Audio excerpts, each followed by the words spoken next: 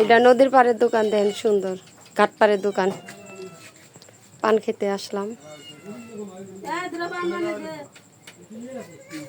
ওই যে নদী, নদীর ঘাট পাড়ের দোকান। দুটা পান দেন রতন চাঁদা দিয়ে। এই যে আমাদের ভাইয়া পান খাওয়াইতেছে।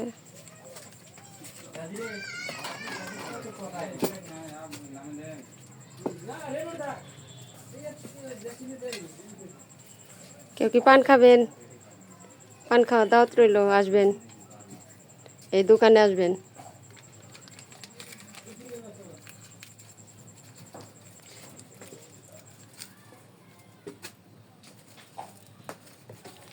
এই দোকানে ভাইয়ার হাতের পান খেতে মজা।